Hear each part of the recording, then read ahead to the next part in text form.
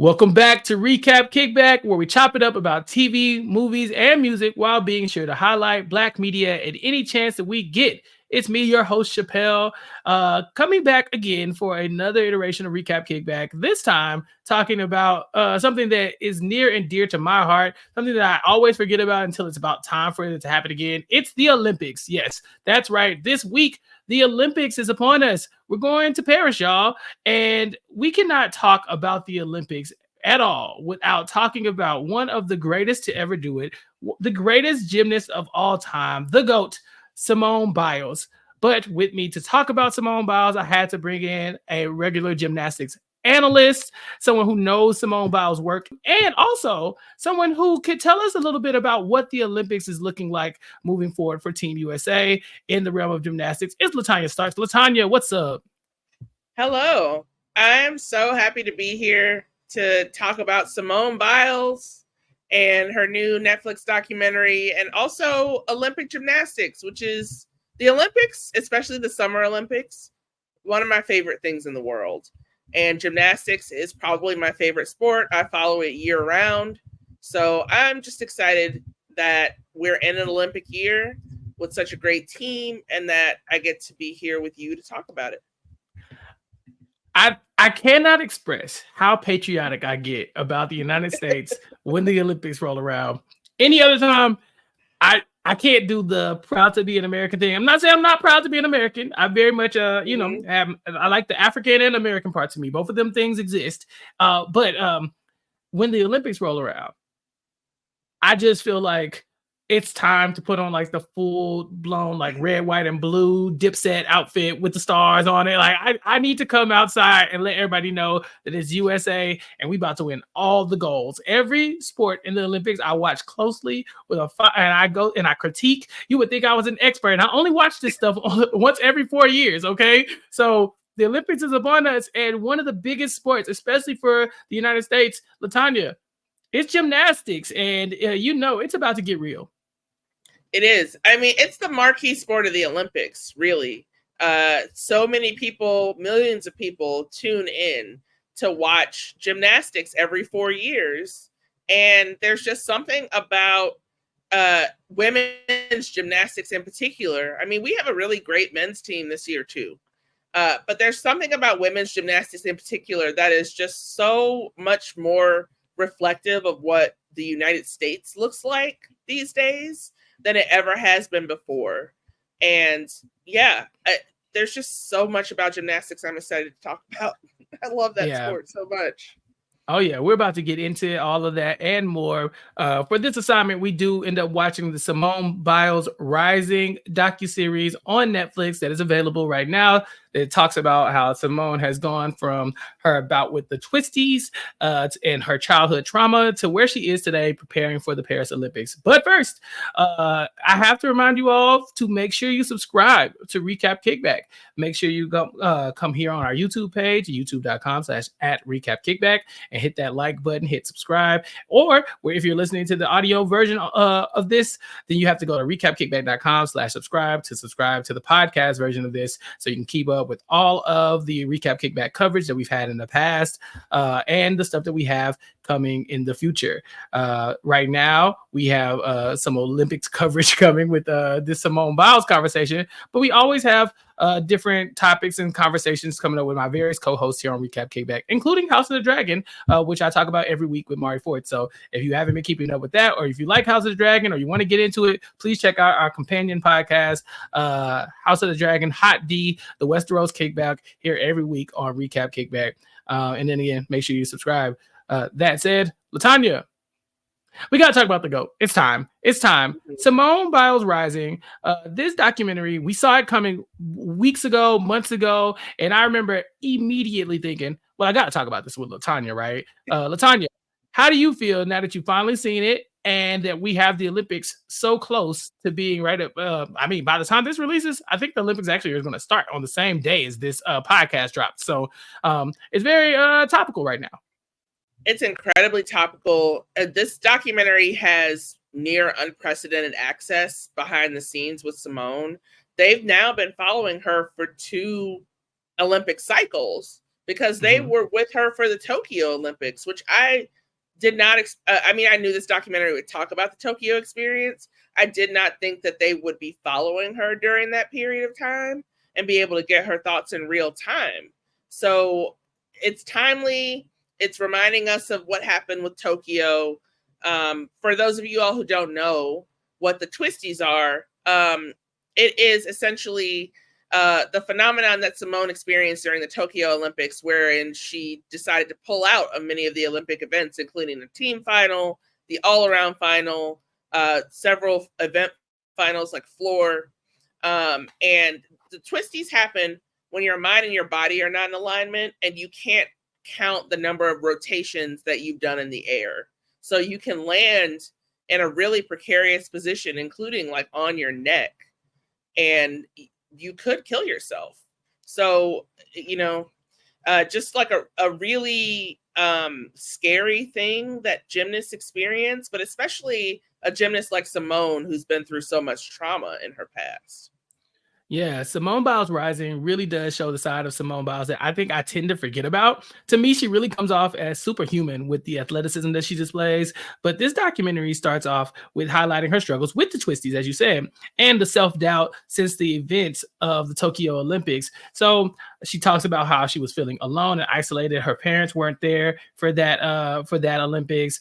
And as she is about to do her vault during the warm-ups, she starts to falter a little bit and she can tell something's off. And then eventually we see that she will pull herself from the competition after trying to vault in the competition. And in the moment, I remember thinking, well, damn, something must be wrong with Simone Biles because she is the GOAT. She can do whatever she wants to do. There must be something off. And we will see that she goes and talks about her mental health at that point and really tries to bounce back from this. But this documentary reminds us that a lot of people were not supportive of Simone Biles when this happened. She got a lot of negative criticism. People were calling her a quitter. And the audacity of people who cannot even do the basic of, you know, gymnastics moves or even stretch, do a split or anything of that nature, criticizing one of the greatest Olympians of all time, or greatest athletes in their sport of all time, probably the greatest, the most, you know, dominant athlete in any sport ever, Simone Biles. Isn't it wild, LaTonya, that that's really what we had to go through, or that she had to go through around that time? It's wild. It just the amount of mediocre men on their dumb sports podcasts, anyone with a microphone and a platform really during that time, who have no idea what Simone has had to go through, not just like in her younger life with being in foster care and being with a mom who struggled with addiction, but surviving one of the most prolific sexual assaulters in sport, in terms of Larry Nassar being the Team USA doctor, going through the Marta Caroli years, when she was in charge of USA Gymnastics, where she just regularly verbally abused all of the gymnasts. Like, you're regularly told you're not good enough. And then for you to be representing your country and really go through a mental health crisis and have all of this backlash coming at you from all of these people who could not do a cartwheel, as Simone said in the documentary. It's just wild. And I can't imagine having to deal with that and being away from your support system. Yeah, we see that is going to be something that really takes a toll on Simone, but you're right. It was some people who had no business speaking on Simone Biles. It's like, how dare you even open your mouth, Jason Whitlock? You know, like, what are you going to do? Like, what knowledge do you have about this where you feel like you can comment on Simone Biles that we're calling her a quitter? But to me, it seems highly logical that somebody whose main bread and butter, their sport, is jumping into the air and just letting go and letting God and their talents shine through, could get, you know, really thrown off by the amount of spins they're doing. You know, it's one thing to be brave enough to do this, but you also have the capacity to do this. You're questioning somebody who we'll even see in this docuseries said 4 different techniques in gymnastics named after them because people just can't do them. And so to call that person a quitter when they're inventing, 5 now, to call that person a quitter and they're inventing portions of the sport that has been around for years and years and years. And she is creating new stuff It just seems so ridiculous to me. Like, how dare you have the nerve to do this? And we saw it left and right, and it really did take a toll on Simone Biles. It did. And for people who follow the sport, starting with, I mean, in the documentary, they show you team final, but starting with the qualification meet for the team final, I was watching Simone's gymnastics and saying there is something wrong and guessing that it was something to do with the twisties because she was not landing in a safe way. It was scary. So if you follow the sport, then you notice what it looks like when someone is not able to count the rotations. If you're just like a 4-year fan, someone who comes in who loves gymnastics during the Olympics, which we love, and we welcome people like that because we want to grow the sport, then it may be something that you're unfamiliar with, and you might just say, oh, she quit or she gave up. But, you know, all you have to do is one Google search or listen to any of the experts that were talking about what this was at the time to know that this isn't a time to be down on her. She needs support. She needs to be lifted up. But that's not what people do. They love to tear down people. Yeah, I remember in the moment when she is at the warm-up and they show the clip of her doing the like going up and then basically changing her game plan like midair. They didn't say, oh, Simone messed that up. Everybody said it looks like she got lost in the air, you know, and it was like, for me watching it at home, I was like, oh, she just changed her mind, or she was going to do something and just, you know, decided not to do it, or maybe she didn't get the good, like, I felt like, oh, maybe she didn't approach it the right way. You know, I'm thinking about this in a technical sense, but to really think, no, in the air, she was not able to do the mental gymnastics, if you will, of trying to make these twists happen. And they knew it from jump. So like you said, the experts could tell you from the very beginning that there was a lot more to this than meets the eye, but gymnasts all around knew exactly what Simone was going through because so many of them have experienced this, I'm assuming. Yeah, I feel like just about every gymnast has had the twisties at least once. It's something that Jocelyn Robertson, who trains with Simone at World Champion Center, which is the gym that Simone and her family own in Texas, and who is an alternate for this year's Olympic team, was talking about how she's had the twisties several times in her career. And it's one of those things where, you know, apparently the lights triggered Simone. Like, just you get into an arena and just something happens, right? And she probably thought back to being in an arena and having the team doctor be there, right? And that team doctor is Larry Nassar, or at least was for such a long time. Simone was the only person on the Tokyo team who was a survivor of Nassar's. So it really does go back to trauma. It's a trauma response. And in this case, Simone had not done what she needed to, you know, she hadn't gotten help because she didn't realize there was a problem until there was a problem. LaTonya, how did you get into gymnastics? Because I know you're very like in on a granular level for gymnasts. I see your tweets. I know that when I started like seeing a lot of gymnastic stuff on the timeline, I was like, okay, I know LaTonya's getting active. There must have been something going on. But how did you get into this world of gymnastics? Well, I actually never got to do gymnastics. I was told when I was 4 that I was going to be too tall. So that's why I did dance instead. But I was always interested in just the idea of, you know, like being able to flip your body around in that way and control what your body could do. Really, it's just something that my family has always watched. Like whenever there was an Olympics, they were always on in our house. And the marquee sports in the summer are, you know, gymnastics. And then in the winter, it's figure skating. So I got really into both because, you know, my aunt was so into both, really. And she's the reason I got into a lot of different sports. She's the reason I would wake up at 5 a.m. to watch Wimbledon, for example. Mm-hmm. So there are a lot of random sports that I like because they were played in my house all the time. Interesting. See, to me, like you said, this is one of the flagship Olympic sports. And so it's always stood out as something that I could really just go jump right into. I don't need to know a lot of the background. But in recent years, I've been seeing so much of it, with the worlds and these I guess Simone's return to the Olympics, because since the twisties, she did have to go back into training, because this isn't something that happened one time and the next day she's okay. This is something that it really shook her to where she was not confident anymore in throwing herself into the air and potentially not, landing in a safe way. And so we'll see in this documentary that she goes back to work and she has to start with the basics again before working her way up to be able to do the twist that she's going to be doing again in this Olympics. Yeah, her coaches, Laurent and Cecile Landy, they're a married couple who actually have a daughter who's going to be in the Olympics this summer, I think, for diving. But they talk about how she just came back into the gym at first for like over a year, I think they said, just to flip on the trampoline, just to like start with basic skills. Because when you have the twisties and it's that bad and it derails you from something like the Olympics, you really do have to just take a little time to relearn all your skills and get comfortable with twisting again and like believe that you can twist again. So this has been like a process of basically rebuilding an athlete for Simone in the last 4 years.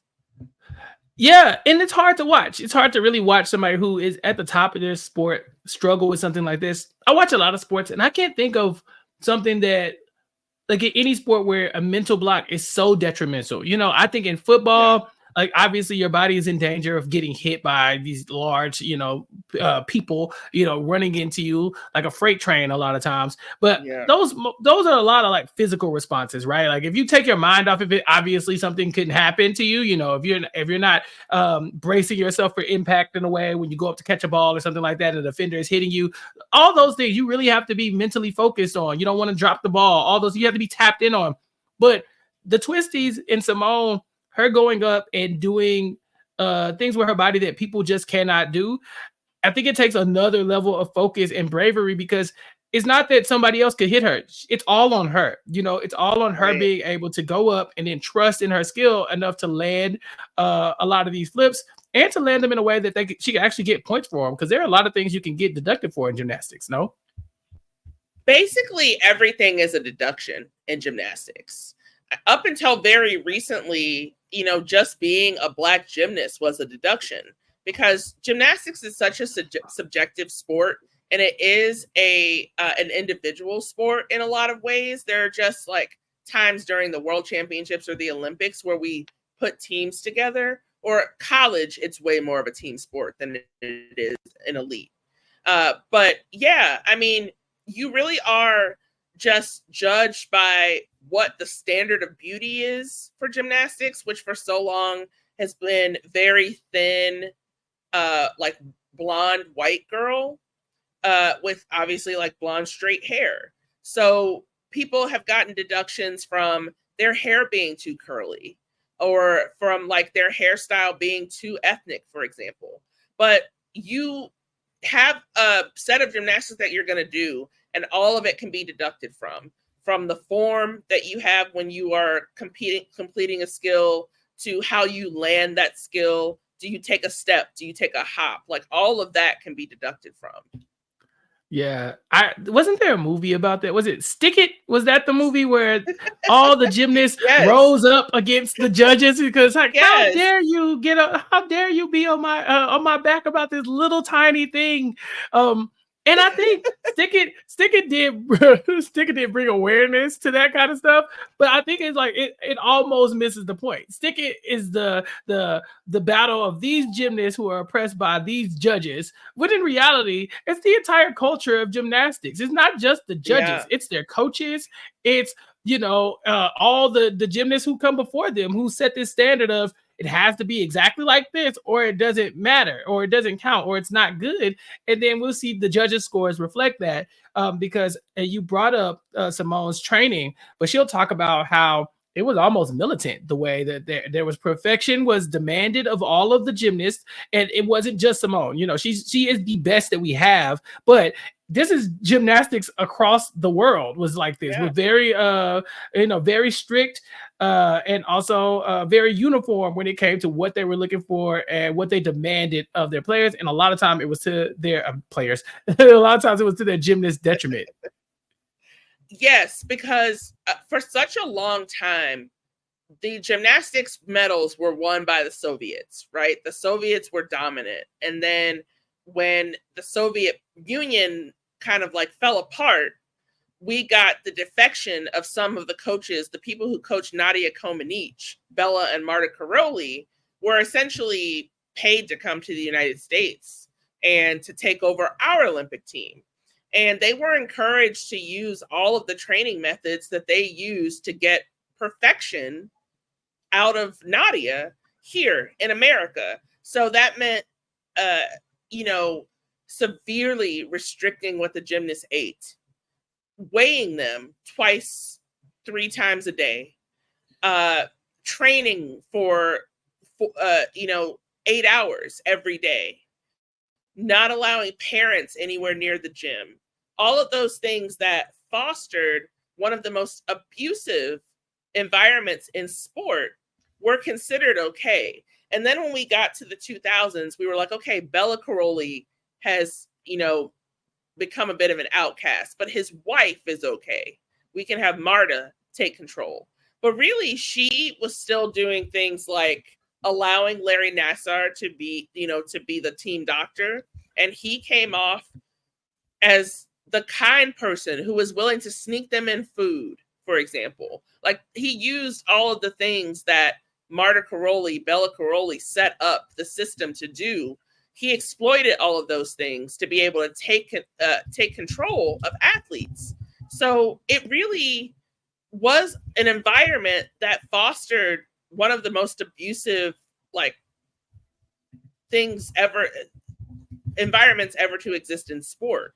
So coaching has really changed a lot, but not that much. I mean, the reason that this documentary is so awesome is because of the access, but Simone does things like call out Maggie Haney, who is a coach who I believe is still allowed to coach gymnastics, but she has 2 athletes, one of which who was Lori Hernandez, who was on that 2016 Olympic team, have come out to say that she has been incredibly abusive, and she's featured being abusive in this documentary. So it's still something that the sport is dealing with. Yeah, even the OGs that we get in this documentary speak out against that kind of stuff too. We get Dominique Doss, who talks about how, she was flat-footed and she would have to stretch her feet till her bone was almost popping out sometime because people that was the standard they were looking for. And it is very toxic and abusive because you can't harm people's body in the name of sports. That doesn't make any sense because it can have physical ramifications and mental ones as well. I think there's a Netflix documentary right now. Is it Athlete A, where they Yes. where they get into a lot of the Larry Nassar stuff, right? Yes. Athlete A is a really good documentary to watch if you are at all interested in the culture of gymnastics, because it delves deep into the Larry Nassar stuff. Athlete A herself being Maggie Nichols, who is Simone Biles' best friend from gymnastics. And she was one of the first in her generation to come out and say explicitly, Larry Nassar is abusing me. Larry Nassar has been abusing us, which led to really a landmark trial where the judge understood the weight of this situation and allowed each of the survivors that wanted to speak at sentencing. Mm-hmm. And I think that Simone being very outspoken in that realm is something that we don't see a lot. I don't think we see a lot of the top athletes speaking out about things that could be detrimental to their career or things that are very important socially. Because I know that for a lot of football players, for instance, when kneeling became a topic of conversation in the NFL, there were people like Colin Kaepernick who were really at the front of that, and they were getting the brunt of the backlash from people. Even like President Donald Trump at the time was like, tell those son of a bitches to kneel, not to kneel and stuff like that. And then you had bigger names who were kind of silently supporting or just being silent altogether because they weren't willing to risk their spot when they're seeing that Colin Kaepernick is potentially being blackballed by the NFL, and and the owners are conspiring against them and things of that nature. So it's really bold of Simone Biles to say, no, I'm the biggest name in this sport, and I'm going to speak up for this because it was the job of the people in charge, the trainers, the coaches, the judges, all of those people to protect these gymnasts at the time. And nobody was there to protect them. And so Larry Nassar did take advantage of them. And eventually justice will be served, but that does not change the amount of trauma that these gymnasts went through during that time. Exactly. And Simone really had to learn the power of her own voice. And it's something that is rare, especially in gymnastics, because it's such a close-knit community. The same people that are friends with people you might speak out about are the people who might judge you on events, right? Also, gymnastics is really unique in that people start really young. And they peak around, like this is one of the oldest Olympic teams we've ever had, or not ever, but like in the recent new era of gymnastics. I think Simone is the oldest gymnast to represent the United States in an Olympics in the last 72 years. But like normally we have a situation like we have with Hesley Rivera, where she's 16 years old and she's going to the Olympics for the first time. These are minors. So, they're not going to be that outspoken. Simone is grown and she realizes the power of her voice because she was the one who, when Larry Nassar was arrested and all of these people from USA Gymnastics stepped down, she said, I don't want to go back to the Karolyi Ranch for training. That is where we were abused. I don't want to do that. She just tweeted it. And then all of a sudden the ranch was shut down. And all of the training was moved to a different place. So I think she started to realize the power of her own voice there and has been really great about being outspoken. Simone has, she is the most decorated, gymnast that I've ever seen, just to witness, do what she does best. But I thought it was pretty cool that they brought in these other big name Olympians and former Olympians as well. Who were your big standouts that were commenting on Simone and the sport of gymnastics throughout this docuseries? Yeah, my idols growing up were Betty Okino and Dominique Dawes. So when I saw that they were in this documentary, I was over the moon. Another person, Svetlana Boginskaya, who was a Soviet gymnast, who competed for so many years and now coaches. Also another big name that I wasn't expecting to see in this documentary. And I know they're going to be more and more as it goes on.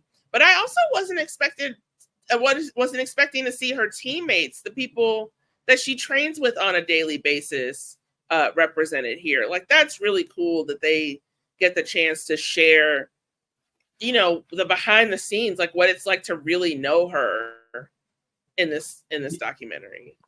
Yeah, I thought it was pretty cool seeing Aly Raisman because I know her from the USA team. How did you feel seeing their interaction?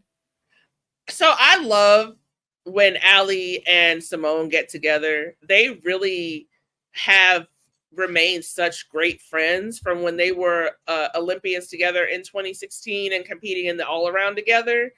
And back then, Simone called Aly grandma because Aly was the oldest on the team and Aly would like to get her sleep and like wanted things just so. And now Simone kind of considers herself great grandma because she's so much older than everybody on the team. I love whenever they're showing moments between those two, like them getting together, getting ready together, and like Simone trying to do her lip liner. Just give me a documentary that's that, Yeah, you can tell there was a lot of camaraderie between the two of them. Simone was talking about how Aly was her idol, and I think that's got to be pretty cool to come in, meet your idol, to get autographs and all that stuff, and then one day get to compete next to your idol and against your idol. Aly, her best event was the floor, and Simone's best event is everything. So it's got to be tough to go up against, somebody who you thought you were mentoring, who has now surpassed you by leaps and bounds. Yeah, I mean, even when they were competing against one another, Aly never beat Simone. So, it's really great to see. And then we see like this current group of gymnasts come in, like the gymnasts that Simone trains with, who, if you watched Olympic trials, you saw pictures of them when they were young and not competing, but like watching Olympic trials or getting Simone's autograph, like Tiana Suminasekara or Jocelyn Roberson. So it just really keeps going. It's nice to see the tradition continue. Jocelyn Roberson was kind of great in this. I liked every time she taught, because she was the one who really explained the twisties. And you could tell she kind of was like she just, I don't know, she had this a knack for being able to really talk about Simone from a firsthand perspective, but also kind of put gymnastics in perspective as a whole. So she was very fun to watch on here, but this was pretty cool. I like seeing all the past gymnastics moments, that the Carrie Shrug moment, which I'm sure is a sign of those times, but also something that was cool then, but probably we would frown upon today. And the thing that most people who only follow gymnastics when it's on for the Olympics don't know is Carrie Shrug did not have to do that vault for them to win.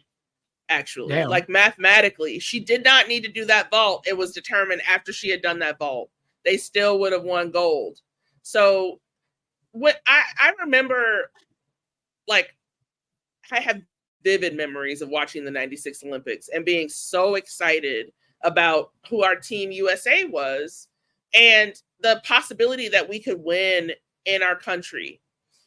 And I was just like everybody else when Carrie Shrug did that vault. I was just like, oh my gosh, that's amazing. I can't believe that she was able to do that. But now I look back on it and I realize the reason that Dominique Dawes, the person who went before Carrie Shrug, fell on both her vaults is because she had a broken leg. She was competing on a broken leg. Carrie fell on her first vault, clearly injured herself. Her coach is noted for saying, you can do it, you can do it. That's Bella Caroli, the person who pushed all of his gymnasts, which included Dominique Moceanu and Carrie Shrug, to compete injured. And then Carrie did that vault. That's great. She managed to stand up a one-legged vault.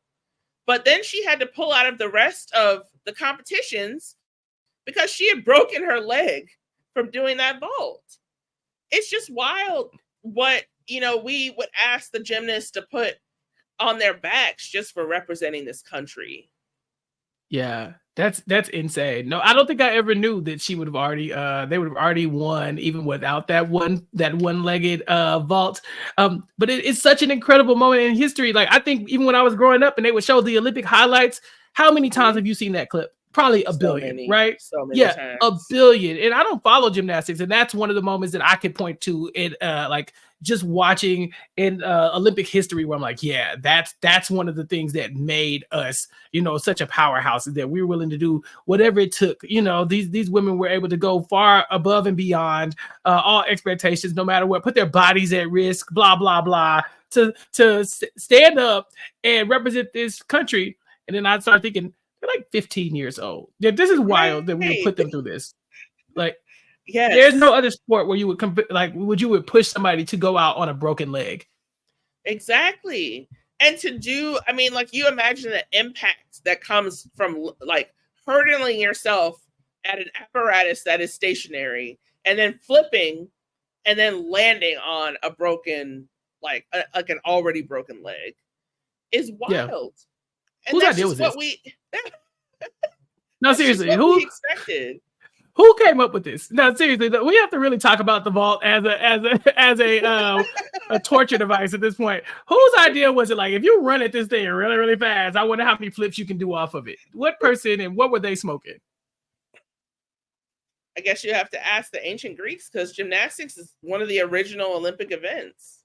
Yeah, it has stood the test of time despite all the things we just said, which is wild in and of itself. I actually slipped over into gymnastics TikTok lately because because I started looking at the Simone Biles clips, and then next thing you know, my algorithm said, "Oh, so you're a gymnast," and so I started seeing all these clips, and it really started. I started seeing some things that would talk about male gymnastics versus the women's gymnastics, and I thought it was so interesting because, to me, I just thought this was women doing gymnastics, but they're essentially two different sports, LaTonya. I didn't know that. They are, yeah.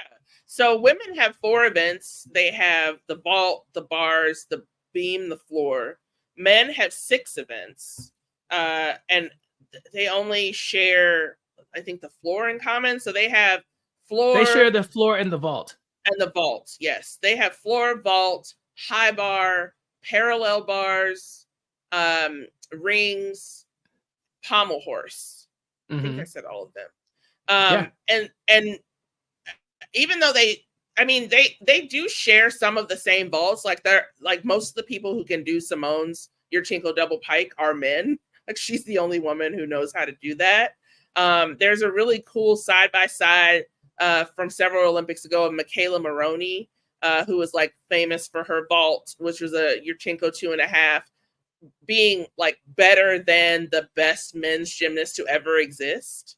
But yeah, I mean, like if you were to look at floor exercise, for example, the men don't have music. There's no dance. They're almost completely different things. Yeah. And they take different skill sets. I was watching one of the TikToks I was watching was showing that men couldn't do a backward, like a walkover, because they're not trained in flexibility like that. Right. There was several techniques that it's like they don't know how to do it. I think an illusion is one of the things. An illusion turn, a lot of them weren't able to do that because men's gymnastics is more based on just like the shoulder strength and you know. That's why the pommel horse is a thing, I think, right? The pommel horse. Yeah, that's a thing. You've been watching Ian Gunther's videos, haven't you? Listen, I watch a lot of things. I watch like when it comes up on TikTok, I'm like, yes, please play. Because I'm trying to get myself psyched for these Olympic events. LaTonya, tell me about the US Olympic team now. So we have Simone, as we know, as like our front runner. She is the favorite to win gold in every Olympic gymnastics event, probably, that she's going to be competing in. But who else do we have on Team USA? Because there's been some controversy recently that I've seen on the timeline. Yes. So this year on the team, we have a lot of returning Olympians. We have Simone. We have Suni Lee, who you might remember from Tokyo, won the all-around championship in Simone's absence. Then we have Jade Carey, who was an individual Olympic gymnast that was there. She got the gold on floor in Tokyo. And then we have Jordan Childs, who you all might remember from just going viral, being like a UCLA gymnast, in addition to being an Olympic gymnast, and getting I think she got like signed things from Megan Thee Stallion and Beyonce recently. And then we have newcomer and first-time Olympian, 16-year-old Hesley Rivera. So a lot of people from Texas, I will say, number one, really like Texan Olympic team, but a really strong Olympic team as well, but not the Olympic team that anyone would have really predicted, maybe even like 2 days before the trials happened, because we thought that Shilese Jones and Sky Blakely, who are also Black women gymnasts, were shoo-ins to be on the team. And then they immediately got injured in preparation for the trials. So they had to pull out of the trials. I'm pretty sure they both tore their Achilles. And then another gymnast also tore her Achilles. So it was just a really stressful Olympic trials. We were all just hoping that everybody got out alive and well, more so than we were worried about who the Olympic team was going to be. But then it started to shape up by the second night of trials, and you could tell that it was going to be mostly a team of all the previous Olympians. And then the real fight was for one spot, and that spot went to Hesley. Gotcha. And I think we see Shilese Jones and Sky Blakely in this documentary at one point, because were those the two women that shared the podiums with Simone as they got first, second, and third place at Worlds? It was Shilese Jones was one, but it wasn't Sky Blakely. That was Rebecca Andrade, who is a woman from Brazil, who probably is the top contender to beat Simone in the all-around. Okay, but is anybody going to beat Simone in the all-around? I mean, it can be done. I don't know if it's going to happen. I'm just saying it can be done. Like if Simone falls on her vault, she'll still get a very high score because she's doing the hardest vault that's ever been done by a woman ever in the history of gymnastics. But if she falls on her vault, she has room kind of to fall again. And if she falls twice, then yes, she could lose. Look, okay. I can't help but laugh because I told you the Olympics brings out this extremely competitive, patriotic side of me that's like, we about to win this. Ain't no way. They're not messing with Simone. Because she's been through so much to get here. And don't get me wrong, there's nothing that can tarnish her reputation and her legacy as a gymnast. She could go in and just decide, like, I don't want to do this somewhere. And we'd be like, all right, cool. You know, because to do what she did in the Rio Olympics was just something that we hadn't seen before. But I like that Simone was able to really pick up the mantle where we left off with, say, like maybe like a Gabby Douglas. You know, we saw some conversation about Gabby in this documentary as well when it came to the unfair criticism a lot of the Black gymnasts have been getting about their hair.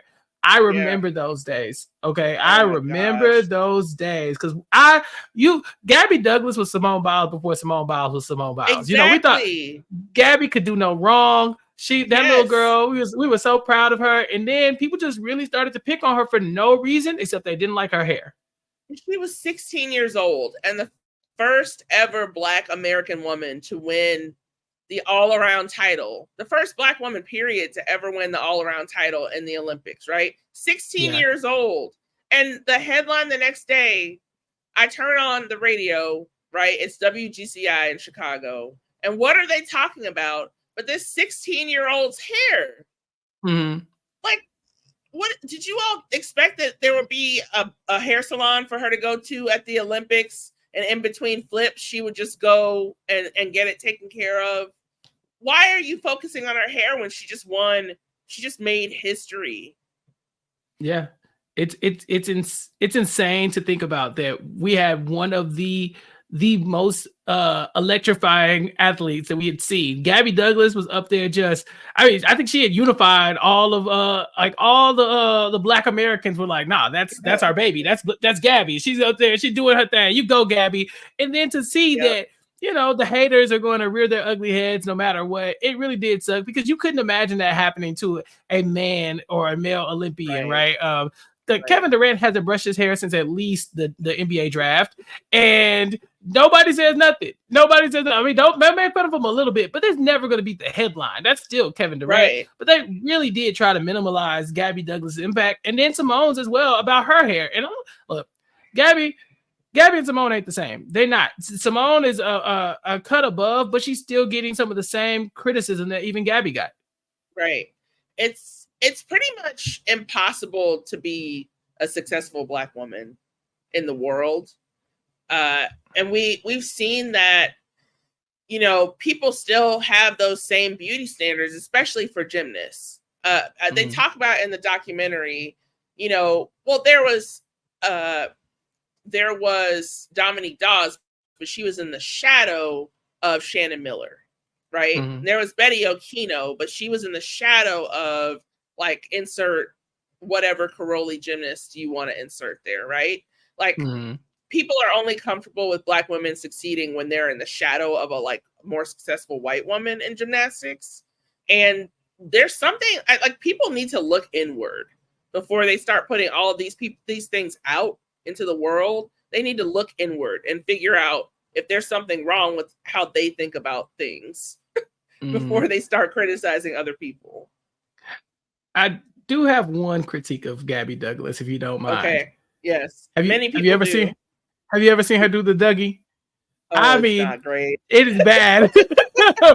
she was a little baby. She was. But at the same time, I done watched and laughed at Gabby Douglas doing the Dougie at least 1 billion times. I swear, it's just like, I say 1 billion, and for every view on YouTube, I count for every, like, two of every view that clip got on YouTube, because I don't know what she was doing. I don't know what she was doing, but you know, she was very excited because she won Olympic trials. Yeah. Like, she was kind of in the shadow of, you know, gymnasts like Ali and you know, like people weren't really expecting her to win because Jordan Weber, who's now the head coach of Arkansas Gymnastics, had been world champion and, you know, winning most of the competitions. But then Gabby was like, yeah, no, I'm going to win trials and get like the one spot that's guaranteed. And I'm going to be so happy that I'm going to terribly do the Dougie. But look, she was celebrating the best way she knew how. Okay, she was, yeah. 2-time Olympian Gabby Douglas. Right, like how dare I even sit here and laugh at her not being able to do Dougie, and I can't even reach how she can reach. You know, my arm don't even go as high as her arm goes. My toes can never point. Like I can't do nothing she can do except the Dougie. That's probably the one thing I can get her on. LaTonya, is there anything else in this docuseries that you want to talk about? I think that we hit on just about everything. I will say that the first time I watched, and her mom was talking about how this was the first competition where I didn't braid her hair, I definitely cried. Like any scene with her mom, the one where, you know, she calls her, because I remember this from the Olympics, because it was the COVID Olympics, they were just like, let's just put all the families in a room, like their living room, and put a camera on them. And the documentary showing how Simone called her right before she decided to like pull out of the team final, it really got to me. Like all of the family moments are really nice here, considering how hard fought they are. Like they wouldn't have even been a family if, you know, Ron and Nellie hadn't taken Simone and her sister in. You know, another cool moment in this documentary, we saw the star of Claim to Fame, Adria Louise Simone Biles' sister, in this documentary, and I was like, I know her. I don't know why, that just tickled me. If y'all haven't watched Claim to Fame season 1, please watch it. Adria is Simone's little sister and also damn near her twin. They got the same face. And the premise of Claim to Fame is that they have to come in, and these relatives of celebrities have to convince, or not convince, but kind of keep people from guessing who they're related to. And Adria walks in, and 90% of the cast is like, oh, look, it's Simone Biles. Not Simone Biles' sister, but actually Simone Biles. That's really funny. I hadn't seen that. LaTonya, please go watch Claim. I'm not even joking. Please go watch episode 1 of Claim to Fame, season 1. Okay. You will have, first of all, you will be very great. You will be very good at Claim to Fame, but also season 1, episode 1 is iconic, and Adria Biles is one of the stars of the season, and it's so funny. But I enjoyed seeing her family, her sister. I liked seeing her story about how they came up in foster care and how they now, you know, like how they are now, as she's one of the most known faces in America in world gymnastics and world Olympics and competition. She's one of the flagship athletes that we have over here. She'll go down in history as a legend. I don't know if there will be another Simone Biles for a while. And that's okay. I like having her as the GOAT. I like that she holds it in high regard, and then she set a standard for it that I think a lot of people are going to have a really tough time meeting, and that makes me happy. Yeah, I'm really glad that, you know, she's still not finished. She is still going to light up these Olympics, I think. You know, Paris is a great place for them to be because it's the city of lights. So I'm really excited for what is about to come, and I cannot wait for all of the gymnastics competitions that are going to happen. Yeah, me neither. What else, when it comes to the Olympics, what else do you watch closely? I watch men's gymnastics now. I got into it like in the last 4 years, and our men's team is not nearly as diverse as our women's team is. But Fred Richard is this young Black gymnast from the University of Michigan who qualified #1 at the Olympic trials. I'm really excited to see what he's going to do at this year's Olympics. I love swimming a lot. So I watch all of those, and there are like 5 million swimming events. So there's a ton of that to watch. I watch track and field, of course. I watch diving and volleyball, beach volleyball. I don't miss any of the events that you named. I'm going to be seated for all of them. Beach volleyball is the one I probably watched the least, but not when you tell me that the United States is making a run for the gold. Like if you tell me like I'm like, all right, I got to check them out. But yeah, definitely swimming. And you know, this is gonna sound a little conceited as far as being American, but that's what we came here to do today. I just really don't like the atmosphere around the Olympic swimming right now because people act like they're gonna beat the United States, and I don't like that. I'm so used to us being dominant in swimming. I'm like, wait, what you mean? I saw Michael Phelps had to come and make a statement. He was like, hey, we gotta shut these people up because what are they saying about it? Did you see the video of him watching that video of like the Australian swimmer talking about how obnoxious the United States is? And he was like, I might have to come out of retirement, you know? Exactly. And he's commentating this summer. So I'm excited to see what he's gonna have to say because he has never, ever let anybody get by talking smack about Team USA. Like he avenges it every time. I just don't know. Like I don't know who do we have a Michael Phelps this year? Who was our person? Because women swimming, we be packing them up. Okay, like we really do. Yeah, we have Katie Ledecky for women's swim and Simone Biles. Literally a fish. Yeah, yeah, she is. Like she just wins every event, like in dominant like Michael Phelps style. Yeah. And not nearly enough people talk about it because she's like, okay, like she doesn't really, she doesn't have the bravado that like Michael Phelps had where he was just like, Frenchie was talking some smack, you know, so we had to shut him up, which is a thing he actually said on television. And he shut them up. Yeah. But like on the men's side, we don't really have anyone as dominant as Michael Phelps. Well, we do have a lot of really good, like young up and coming swimmers that have made the team this year. I'm excited to see about that. Of course, track and field, I will definitely take some time to sit with that. Like, come on. Sha'Carri. Look, the US versus Jamaica. What can you do? You know, we gotta tune in. A little black on black crime ain't never hurt nobody. It's the only time we allow it. It's the only time I accept it or acknowledge it. Okay. But yeah, there's so much going on right now. The Olympics is this week. And so I'm excited. I'm going to be tuned in. I'll be sat. Maybe we'll tap back in somewhere during the Olympics and maybe do a rundown about all the gold medals we have now collected as a country. I think that'll be fun. I would love that. The medal count is one of my favorite things to see every day at the Olympics. And it's always great when the U.S. is on top. Do you also root for everybody black? Yes. Of course. Yeah, I don't care what country you're born. That's why I was like, it's possible Rebecca Andrade because black. Because black. I'm rooting for Simone, but if I have to lose, right?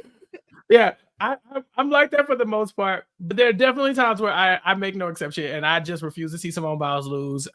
Same thing with track and field. The way I'm ready to watch Gabby Thomas run circles around these people and just like leave them in the dust. It's gonna be. I can't wait. I'm just gonna sit down with a glass of wine and watch it. Yeah, it's gonna be so good. I'm excited. LaTonya, thank you so much for being here and letting me vent a little bit about the Olympics because it's coming, but also for talking to me about this Simone Biles docuseries. I'm very happy that I got to be here. This was a lot of fun, and I really do hope that we can stop somewhere, maybe after the first week. And talk about what's been going on with the Olympics. I've always wanted to podcast about the Olympics, I have to admit. Yeah. So maybe this is our chance. Who gonna stop us? We in charge, baby. LaTonya, thank you so much. Yeah, come on back. We can talk about more. I think I am going to talk about sprint. I have a guest in mind. But aside from that, more Olympics coverage to come. Maybe, fingers crossed, if we have the time to do it. But in the meantime, what else are you working on? You can find me each week on Page and Screen podcast talking with DM Philly about House of the Dragon. That is something that we have in common, talking about House of the Dragon, trying to figure out what the hell is going on in Westeros and why. So yeah, catch me there. And then for anything else, you can find me on Twitter at LK Starks. All right. And yeah, for me, y'all know what it is. It's a Recap Kickback. It's all the time. So come here, follow us, subscribe. Make sure you follow LaTonya, subscribe to all the things she has going on, and stay tuned because we might bring you some more Olympic coverage. And we also take requests. Shoot us an email, recapkickback@gmail.com, and let us know what you want us to talk about here. And I'll try to assemble a team to do it. Also this week, 40 years ago, Purple Rain became a movie. It was a big deal, and we're celebrating 40 years of Purple Rain here on Recap Kickback by talking about and revisiting Purple Rain, the movie, with Camille AF. Being Camille AF is my guest. She is a Prince super fan, and people don't know this, but so am I. So imagine just an hour and a half of us ranting about Prince and talking about the legacy 40 years after one of the most ridiculous movies I've ever seen. So check that out here on Recap Kickback. Check me out on RHAP, talking about Big Brother this summer, talking about Below Deck every Wednesday live with Sasha Joseph. If you're a fan of Below Deck, then please go subscribe to that podcast, the Below Deck Wrap Up podcast, and then make sure you're following and subscribe to all the Recap Kickback content to keep up with what we have going on as well. LaTonya, that's about it. These people ain't got to go home, but they do have to get the hell up out of here. We will talk to you all next time. Until then, peace.